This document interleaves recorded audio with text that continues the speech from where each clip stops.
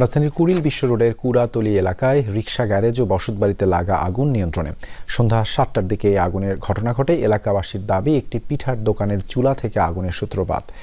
নতুন ব্লেন্ডে আরো rich অ্যারোমায় salon family blend টে। খবর পাওয়ার পর আগুন নিয়ন্ত্রণে কাজ করছে ফায়ার সার্ভিসের 4টি ইউনিট।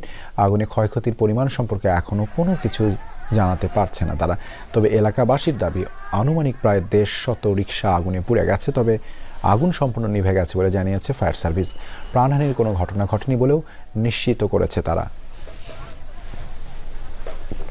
শুনছি এখানে আর কি এটা নাকি পিঠার দোকান ছিল, এখান থেকে আগুনটা আর কি লাগছে। সঠিক আসলে বাস্তবতা কি এটা জানি না, এখন তদন্ত করলে আর কি জানা যাবে। খালি কথা আগুন, আমি বাইরে দেখেছি ওই গ্যারেজে গোটা মানে আগুনময়। আমি আর চিন্তা ভাবনা কিছু করতে বাচ্চা দুরা খালি বার করে দিয়ে আসে, আমি আর কিছু নেওয়ার মতো কোনো ক্যাপাসিটি নাই। আগুনটা কিনে রাখছে আর আমি বলতে পারলাম না। হ্যাঁ, ইস্কার গ্যারেজ 3